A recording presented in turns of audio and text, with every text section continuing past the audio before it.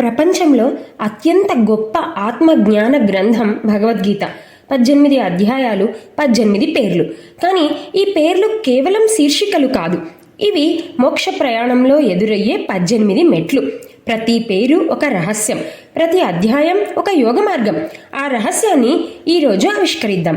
ఈ పేర్లు ఎందుకు వచ్చాయి, అవి దేన్ని సూచిస్తున్నాయి అని. భగవద్గీతలోని తొలి 6 అధ్యాయాలు కర్మషట్కము.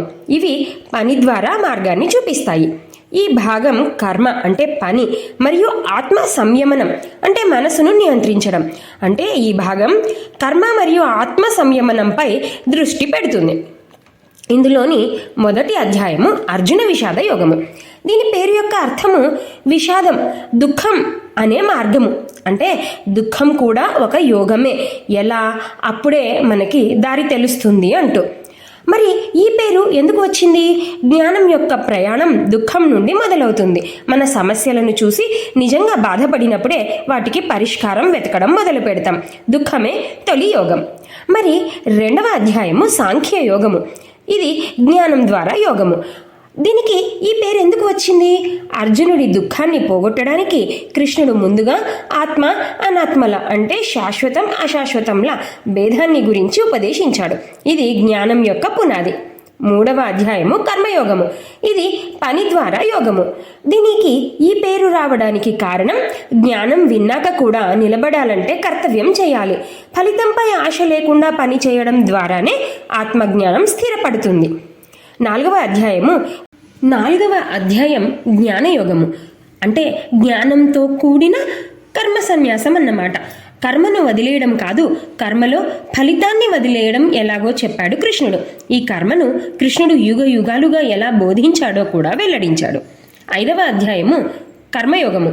పని మరియు నిష్క్రియత అంటే సన్యాసంలో సమతౌల్యం. అంటే పని చేస్తూ కూడా నిష్క్రియాత్మకంగా ఎలా పని చేయాలో మనకు కర్మ సన్యాస యోగము వివరిస్తుంది. అంటే కర్మ మరియు సన్యాసం రెండు ఒకే లక్ష్యాన్ని ఎలా చేరుస్తాయో విశ్లేషించాడు. 6వ అధ్యాయము ఆత్మ సంయమ యోగము. అంటే మనసును నియంత్రించడం ద్వారా యోగము. కర్మయోగాన్ని విజయవంతం చేయాలంటే ముందు మనసును గెలవాలి. ధ్యానం ద్వారా మనసును ఎలా సాధన చేయాలో చెప్పాడు కృష్ణుడు. మనసే మనిషికి స్నేహితుడు, శత్రువు కూడా అంటూ. మరి తర్వాతి 6 అధ్యాయాలు భక్తి షట్కము అంటే ప్రేమ ద్వారా మార్గము. ఈ భాగం భగవంతుడి వైభవం, విశ్వరూపం మరియు భక్తి యొక్క ప్రాముఖ్యతపై దృష్టి పెడుతుంది.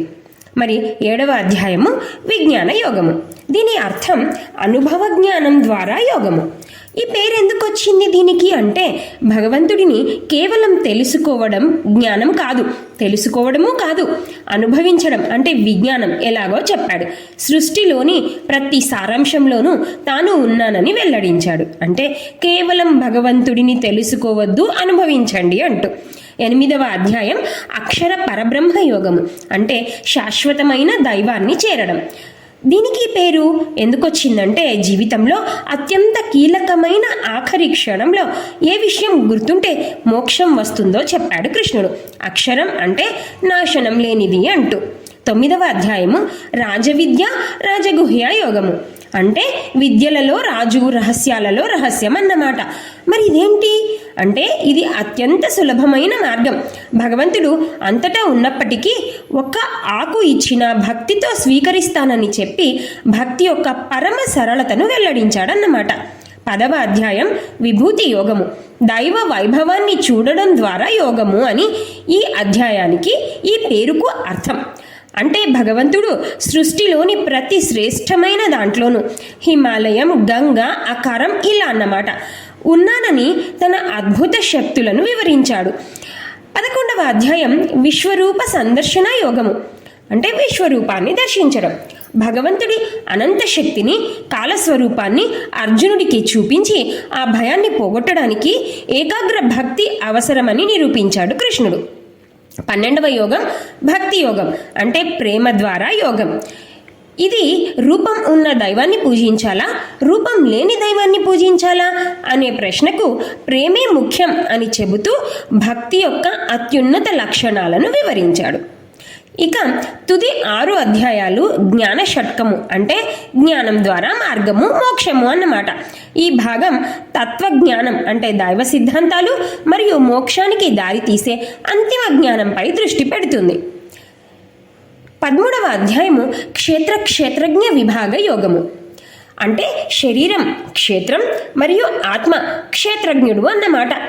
మీ శరీరం మనసు భావోద్వేగాలు మీరు కాదు, మీరు వాటిని చూస్తున్న క్షేత్రజ్ఞుడు. ఈ భేదాన్ని తెలుసుకోవడమే మొదటి మెట్టు అని దీని అర్థం. 14వ అధ్యాయము గుణత్రయ విభాగ యోగము 3 గుణాలను 3 విభజించడం అంటే సత్వం రజస్సు తమస్సు అనే ఈ 3 శక్తులు మిమ్మల్ని ఎలా బంధిస్తాయో వాటిని దాటి గుణాతీతులుగా మారడం ఎలాగో కృష్ణుడు ఇందులో వివరించాడు. 15వ అధ్యాయము పురుషోత్తమ ప్రాప్తి యోగం అత్యున్నతమైన దైవాన్ని చేరడం. ఈ సృష్టి ఒక తలకిందులైన మర్రి చెట్టు లాంటిది. దాన్ని నరికేసి అన్నింటికంటే అత్యుత్తమమైన పురుషోత్తముడిని ఆ భగవంతుడిని ఎలా చేరాలో రహస్యాన్ని చెప్పాడు కృష్ణుడు.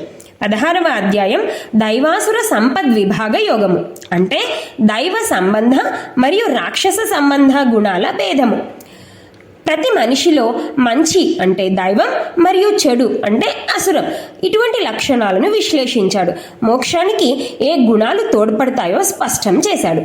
17వ అధ్యాయము శ్రద్ధాత్రయ విభాగ యోగము అంటే 3 రకాల శ్రద్ధల విభాగం అన్నమాట. ఈ పేరు ఎందుకు వచ్చింది అంటే మనుషులు ఆచరించే ఆహారం తపస్సు దానం ఇవన్నీ వారి శ్రద్ధ ఆధారంగా 3 గుణాలలో అంటే సత్వ రజో తమస్సు గుణాలలో ఎలా ఉంటాయో వివరించాడు. మోక్ష సన్యాస యోగము 18వ అధ్యాయము మోక్షం మరియు పరిపూర్ణ త్యాగం అని దీని అర్థం. గీతలోని మొత్తం సారాంశాన్ని అన్ని యోగ మార్గాలను సమీక్షించి అంతర్లీన త్యాగం అంటే మనసులో త్యాగం మరియు పూర్ణ శరణాగతి ద్వారా మోక్షాన్ని ఎలా పొందాలో వివరించాడు ఈ అధ్యాయంలో శ్రీకృష్ణుడు. చూసారా, ఈ 18 పేర్లు కేవలం అధ్యాయాల పేర్లు కాదు. అవి సమస్యను గుర్తించడం అంటే విషాదం, పని చేయడం కర్మ, ప్రేమించడం భక్తి, తెలుసుకోవడం జ్ఞానం, విముక్తి పొందడం మోక్షం అనే జీవిత యాత్ర యొక్క పూర్తి పటం. అందుకే ప్రతి అధ్యాయం ఒక యోగం. ఇది కేవలం గ్రంథం కాదు, మీ జీవిత మార్గదర్శి.